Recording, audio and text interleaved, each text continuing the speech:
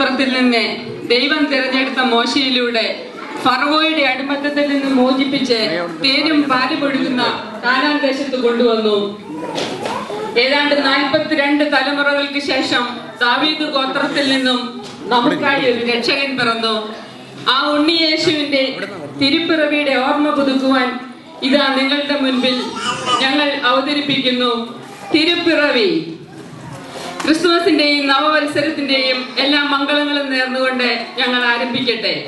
പങ്കെടുക്കുന്നവർ Nidhi, Naveen, Amal, Michelle, Susmi, Jefwin, Job, Jomin, Alvin, Ebin, Alba, Isabella, Sharon, Sara, Ansiba.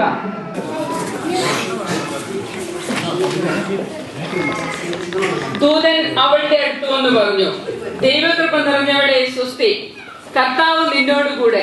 ഈ വചനം കേട്ട് മറിയം വളരെ അസ്വസ്ഥയായി. അപ്പോൾ ദൂതൻ അവളോട് പറഞ്ഞു, മറിയമേ, നീ ഭയപ്പെടേണ്ട, ദൈവസന്നിധിയിൽ നീ കൃപ കണ്ടെത്തിയിരിക്കുന്നു. നീ ഗർഭം ധരിച്ച് ഒരു പുത്രനെ പ്രസവിക്കും. നീ അവന് യേശു എന്ന് പേരിടണം. അവൻ വലിയവനായിരിക്കും, അത്യുന്നതന്റെ പുത്രൻ എന്ന് വിളിക്കപ്പെടും. അവന്റെ പിതാവായ ദാവീദിന്റെ സിംഹാസനം ദൈവമായ കർത്താവ് അവന് കൊടുക്കും. യാക്കോബിന്റെ ഭവനത്തിൽ അവൻ എന്നേക്കും ഭരണം നടത്തും. അവന്റെ രാജ്യത്തിന് അവസാനമുണ്ടാകുകയില്ല. മറിയം ദൂതനോട് പറഞ്ഞു, ഇതെങ്ങനെ സംഭവിക്കും? ഞാൻ പുരുഷനെ അറിയുന്നില്ലല്ലോ. ദൂതൻ മറുപടി പറഞ്ഞു, പരിശുദ്ധാത്മാവ് നിന്റെ മേൽ വരും, അത്യുന്നതന്റെ ശക്തി നിന്റെ മേൽ ആവസിക്കും. ആകയാൽ ജനിക്കാൻ പോകുന്ന ശിശു പരിശുദ്ധൻ, ദൈവപുത്രൻ എന്ന് വിളിക്കപ്പെടും. മറിയം പറഞ്ഞു, ഇതാ കർത്താവിന്റെ ദാസി, നിന്റെ വാക്ക് എന്നിൽ നിറവേറട്ടെ. അപ്പോൾ ദൂതൻ അവരുടെ മുൻപിൽ നിന്നും പറഞ്ഞു, പരിശുദ്ധാത്മാവിനാൽ ഗർഭിണിയായി കാണപ്പെട്ടു. അവളുടെ ഭർത്താവായ ജോസഫ് നീതിമാനാകിയാലും അവളെ അപമാനിതയാക്കാൻ ഇഷ്ടപ്പെടാകിയാലും അവളെ രഹസ്യമായി ഉപേക്ഷിക്കാൻ തീരുമാനിച്ചു. അവൻ ഇതേക്കുറിച്ച് ആലോചിച്ചുകൊണ്ടിരിക്കെ കർത്താവിന്റെ ദൂതൻ സ്വപ്നത്തിൽ പ്രത്യക്ഷപ്പെട്ട് അവനോട് പറഞ്ഞു, ദാവീദിന്റെ പുത്രനായ ജോസഫ്, മറിയത്തെ ഭാര്യയായി സ്വീകരിക്കാൻ ശങ്കിക്കേണ്ട. അവൾ ഗർഭം ധരിച്ചിരിക്കുന്നത് പരിശുദ്ധാത്മാവിൽ നിന്നാണ്. അവളൊരു പുത്രനെ പ്രസവിക്കും. നീ അവനെ യേശു എന്ന് പേരിടണം. എന്തെന്നാൽ അവൻ തന്റെ ജനത്തെ അവരുടെ പാപങ്ങളിൽ നിന്നും മോചിപ്പിക്കും. ജോസഫ് കർത്താവിന്റെ ദൂതൻ പറഞ്ഞതുപോലെ പ്രവർത്തിച്ചു.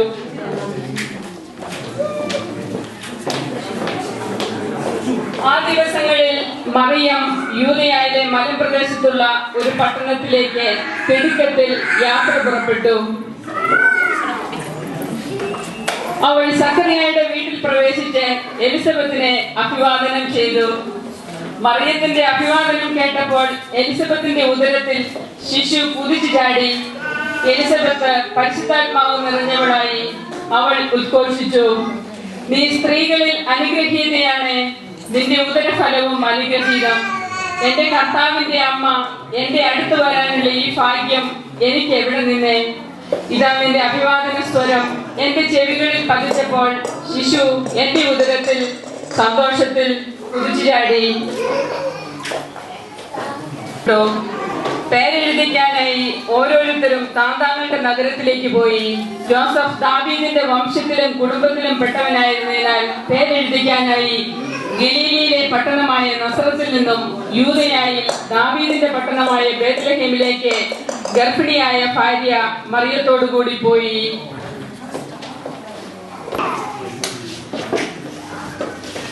ആ പ്രദേശത്തെ വയലുകളിൽ ആടുകളെ രാത്രി കാത്തുകൊണ്ടിരുന്ന ഇടയന്മാർ ഉണ്ടായിരുന്നു.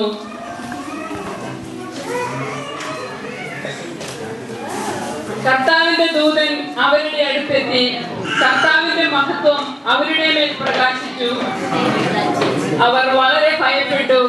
ദൂതൻ അവരോട് പറഞ്ഞു, ഭയപ്പെടേണ്ട, ഇതാ സകല ജനത്തിനും വേണ്ടിയുള്ള വലിയ സന്തോഷത്തിന്റെ സദ്വാർത്ത ഞാൻ നിങ്ങളെ അറിയിക്കുന്നു. ദാവീദിന്റെ പട്ടണത്തിൽ നിങ്ങൾക്കായി ഒരു രക്ഷകൻ കർത്താവായ ക്രിസ്തു എന്ന് ജനിച്ചിരിക്കുന്നു. ഇതായിരിക്കും നിങ്ങൾക്ക് അടയാളം. പിള്ളക്കച്ച കൊണ്ട് പൊതിഞ്ഞ് പുൽത്തൊട്ടിയിൽ കിടത്തിയിരിക്കുന്ന ഒരു ശിശുവിനെ നിങ്ങൾ കാണും. ദൈവത്തെ സ്തുതിച്ചുകൊണ്ട് അവർ പറഞ്ഞു, അത്യുന്നതങ്ങളിൽ ദൈവത്തിന് മഹത്വം, ഭൂമിയിൽ ദൈവകൃപ ലഭിച്ചവർക്ക് സമാധാനം. രാജാവിന്റെ കാലത്ത് യൂദയായിലെ ബെത്ലഹേമിൽ യേശു ജനിച്ചപ്പോൾ പൗരസ്ത്യ ദേശത്ത് നിന്ന് ജ്ഞാനികൾ ജെറൂസലേമിലെത്തി. അവർ ഘോഷിച്ചു, എവിടെയാണ് യഹൂദരുടെ രാജാവായി ജനിച്ചവൻ? ഞങ്ങൾ കിഴക്ക് അവന്റെ നക്ഷത്രം കണ്ട് അവനെ ആരാധിക്കാൻ വന്നിരിക്കുകയാണ്. ഇത് കേട്ട് ഹെരോദാസ് അസ്വസ്ഥനായി. അവനോടൊപ്പം ജെറുസലേം മുഴുവനും അവൻ പ്രധാന പുരോഹിതന്മാരെയും ജനത്തിന്റെ ഇടയിലെ നിയമജ്ഞരെയും ഒരുമിച്ച് കൂട്ടി ക്രിസ്തു എവിടെയാണ് ജനിക്കുന്നതെന്ന് ചോദിച്ചു. അവർ പറഞ്ഞു, യൂദയായിലെ ബെത്ലഹേമിൽ. പ്രവാചകൻ എഴുതിയിരിക്കുന്നു, യൂദയായിലെ ബെത്ലഹേമേ, നീ യൂദയായിലെ പ്രമുഖ നഗരങ്ങളിൽ ഒട്ടും താഴെയല്ല. എന്റെ ജനമായി ഇസ്രായേലിനെ നയിക്കാനുള്ളവൻ നിന്നിൽ നിന്നാണ് ഉത്ഭവിക്കുക. അപ്പോൾ ഹെരോദാസ് ജ്ഞാനികളെ രഹസ്യമായി വിളിച്ച് നക്ഷത്രം പ്രത്യക്ഷപ്പെട്ടത് എപ്പോഴെന്ന് സൂക്ഷ്മമായി അന്വേഷിച്ചറിഞ്ഞു. അവൻ അവരെ ബെത്ലഹേമിലേക്ക് അയച്ചുകൊണ്ട് പറഞ്ഞു, പോയി ശിശുവിനെ പറ്റി സൂക്ഷ്മമായി അന്വേഷിക്കുക. അവനെ കണ്ടു കഴിയുമ്പോൾ ഞാനും ചെന്ന് ആരാധിക്കേണ്ടതിന് എന്നെയും അറിയിക്കുക. രാജാവ് പറഞ്ഞത് കേട്ട് അവർ പുറപ്പെട്ടു നിന്നു. നക്ഷത്രം കണ്ടപ്പോൾ അവർ അത്യധികം സന്തോഷിച്ചു. അവർ ഭവനത്തിൽ പ്രവേശിച്ച് ശിശുവിനെ അവന്റെ അമ്മയായ മറിയത്തോടു കൂടി കാണുകയും അവനെ കുമ്പിട്ട് ആരാധിക്കുകയും ചെയ്തു. നിക്ഷേപ പാത്രങ്ങൾ തുറന്ന് പൊന്നും കുന്തിരിക്കവും നീറയും കാഴ്ചവെച്ചു.